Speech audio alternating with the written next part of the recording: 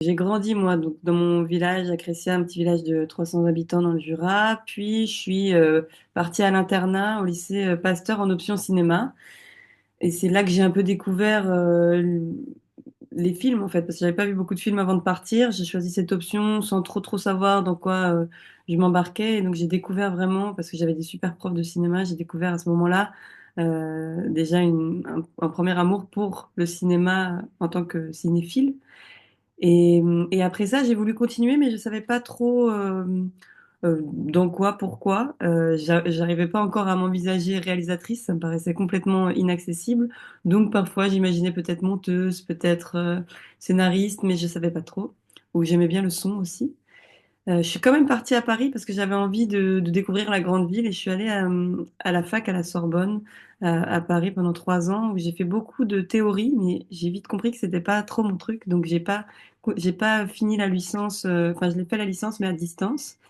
Et, hum, et en fait, je suis partie à Los Angeles. J'ai trouvé un moyen de faire un stage là-bas de 2 mois. Puis j'ai fait un espèce de petit stage à la Fémis. Donc j'étais les petites mains des films de la Fémis pendant un an parce que j'avais envie de découvrir, j'avais envie de faire de la pratique. Et je suis rentrée dans une école qui s'appelle la Cinéfabrique, qui est une école lyonnaise où j'ai fait partie de la première promotion de cette école. Et en fait, c'est une des écoles où on peut rentrer sans connaître déjà son métier. On choisit une spécialisation, mais on ne nous demande pas en rentrant d'être déjà très technicien, ni très cinéphile, ni d'avoir beaucoup d'expérience. Donc, ça cherche plutôt des identités, des gens qui ont des idées, des envies, mais qui savent pas forcément déjà faire. Et c'est une école qui me ressemblait vraiment. C'était très diversifié dans les profils. Et on a fait beaucoup de pratiques, donc c'est là que j'ai compris que je voulais réaliser des films. J'ai réalisé énormément de films. J'ai réalisé 5 films en 3 ans alors que j'étais en option scénario, parce que tout le monde, dans toutes les disciplines, a le droit de réaliser s'il a des projets, quoi. Donc ça, c'était une super expérience. Et c'est vrai qu'après l'école, le, le parcours classique aurait été d'aller à Paris pour être dans le milieu du cinéma, parce que tout se passe à Paris.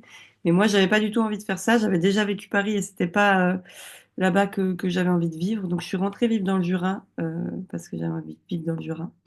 Et j'ai écrit à distance et j'ai eu de la chance de rencontrer une productrice qui m'a fait confiance et qui m'a suivie malgré ça. Donc c'est vrai que et j'y habite toujours, j'habite dans le Jura et je fais quelques allers-retours à Paris de temps en temps pour des événements particuliers, mais j'y suis le moins souvent possible. Et cette protection du milieu parisien du cinéma m'a, je pense, permis d'avoir plus de liberté aussi dans la fabrication de ce premier film où j'avais l'impression que personne me regardait et que je pouvais vraiment faire ce que je voulais. Et ça, c'était très, très précieux.